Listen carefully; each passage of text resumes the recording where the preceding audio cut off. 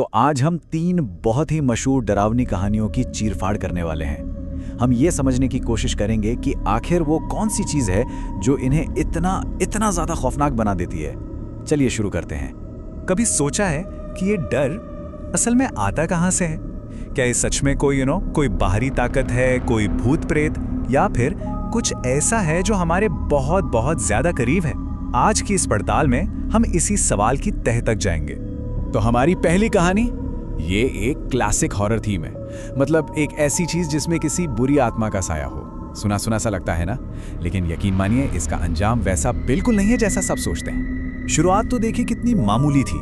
एक गुड़िया जो बस अपनी जगह बदल लेती थी, पर बहुत जल्द ये छोटी मोटी अजीब हरकतें असली खौफ में बदल गईं।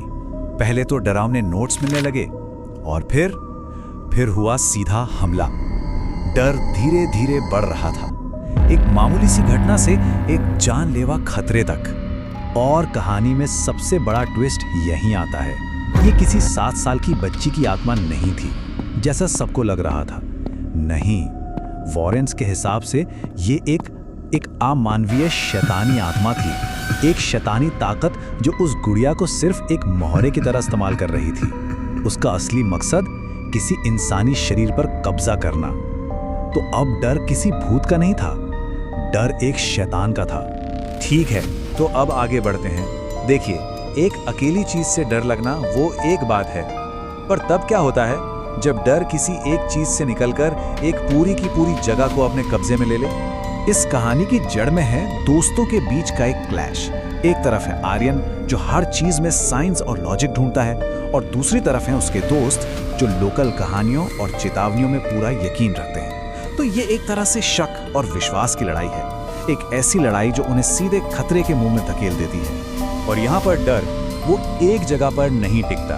आर्यन की एक छोटी सी गलती से, दरवाजा खोलने से, वो बुरी ताकत वो आजाद हो जाती है। वो उनका पीछा करती है, उनके घर तक आ जाती है और आखिर में उन्हीं में से एक के जिस्म पर कब्जा कर लेती है।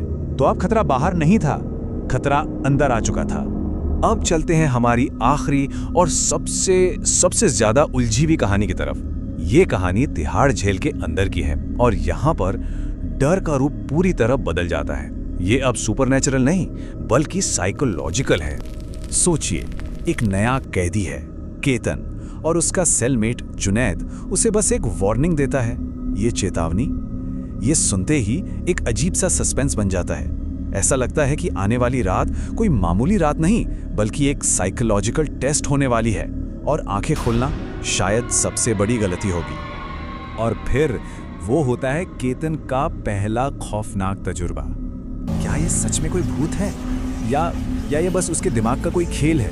यहीं पर असलियत और एक बुरे सपने के बीच की जो लाइन है ना, वो पूरी तरह से मिट जाती है। और फिर केतन का रियलिटी पर से कंट्रोल पूरी तरह चला जाता है। उसका दिमाग जैसे टूट रहा हो। एक पूरा दिन उसकी याददाश्त से गायब हो चुका है। सोचकर देखिए, ये उसके डर और कंफ्यूजन को किस हद तक ले गया होगा। और बस यहीं से कहानी एक नया मोड़ लेती है। सवाल ये है, क्या केतन सच में किसी भूत का शिकार हो रहा था, या फिर यह किसी इंसान की एक बहुत ही सोची समझी साजिश थी? तो इस पूरी पहेली का पहला हिस्सा वो है जुनैद की दिमागी हालत। उसे स्किज़ॉइड पर्सनालिटी डिसऑर्डर था। अब इसका सीधा सा मतलब यह है कि उसे लोगों से दूर एकदम अकेले रहने की एक ऑब्सेशन थी, एक ज़रूरत थी, और वो अपने इस अकेलेपन को बनाए रखने के लिए किसी भी हद तक जा सकता था। और अब आता है पहेली का दूसरा टुकड़ा, जुनैद का हथियार DMT। ये एक ऐसा पावरफुल ड्रग है जो किसी के भी दिमाग को लिटरली तोड़ सकता है। उसे वो चीज़ें दिखा सकता है जो असल में है ही नहीं, और टाइम का जो सेंस है उसे पूरी तरह से ख़त्म कर सकता है। तो थ्योरी क्या है?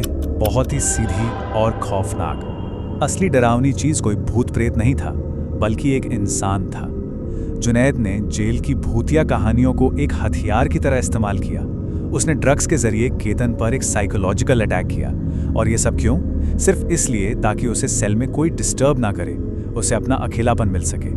तो इन 3 कहानियों को देखने के बाद हम अपने आखिरी और शायद सबसे ताकतवर नतीजे पर पहुंचते हैं, और आखिर में हम इस एक सच पर आके रुकते हैं। ये एक लाइन इस पूरी पड़ताल का निचोड़ है कि असली खतरा वो किसी दूसरी दुनिया में नहीं है, वो यही है हमारे आसपास।